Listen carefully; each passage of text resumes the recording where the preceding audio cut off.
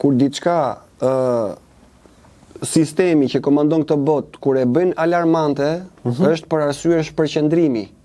Se si duket, pas ka probleme shumë herë më serioze se kjo që na paraqesin këta.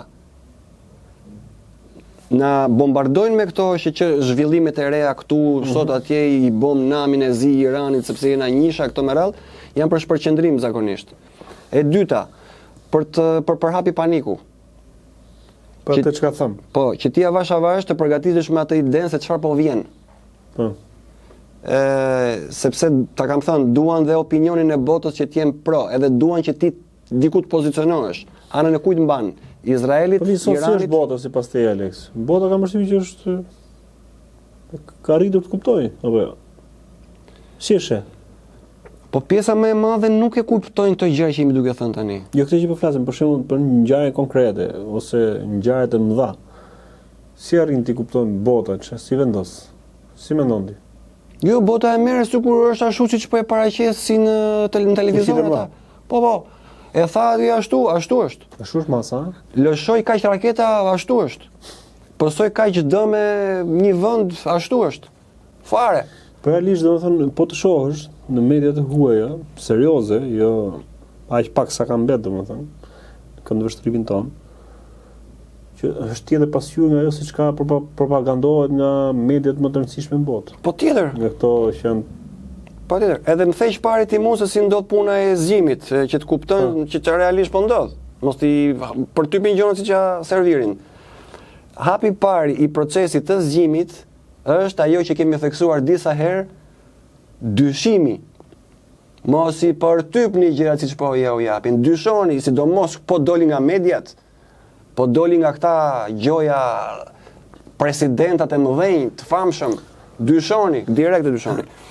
Tani mos të kalojmë edhe dyshim mos të kalojmë në ekstrem, ëh. Jo, në ekstrem. Jam më fiksuar me jetuar tek kështu me dyshosh e hijen tënde. Po për rastin e Turqisë që kemi mund të jemi nga të vetmit që kemi cek në këtë lloj forme, domethënë që kemi thënë që të vrit Erdoani, do bëhet lufta e këto gjëra, nuk para thotë po terreni që do bëhet namizi, po. Po, nuk para dëgjoj në vende të tjera këtë, me thënë drejtën. Nuk e kam dëgjuar në asnjë vend, edhe pse ka pasur diskutime për Turqinë që sulmi i dytë nga Irani për Turqinë, kështu siç po thuhet media tani, madje patë edhe reagim të fortë të Erdoganit ndaj Iranit që nëse vazhdoni kështu nuk do të rrim qetë, domethënë do t'ju kthehemi, do të bëjmë po në ndërhym.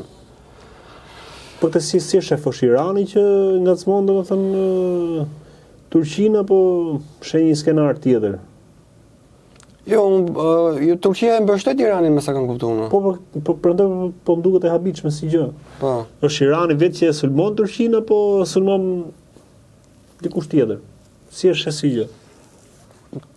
Tani, shiko, edhe vetë Irani nuk është se vendos vetë me atë kreun e atij vendit atje. Edhe ata kanë tipat padukshëm mbi veten e tyre që marrin vendime. Nuk vendos presidenti atje që është quhet ashtu. Se kemi thënë, nga momenti që dikush arrin të dalin në ekranin e televizorit, nuk është ai që vendos, ai thjesht është një aktor në ato momente. Kështu që nuk është i pavarur dhe ai nga vendimarrjet që ka. Po. Domethënë ndikohet nga forcat e tjera mbi atë. A e vërtet ka dhe mbështetjen e Rusisë, e Kinës, kjo është sekret më, pa ja thënë gjithë. Po edhe ato vende, edhe ato kanë mbi veten e tyre që marrin urdhra.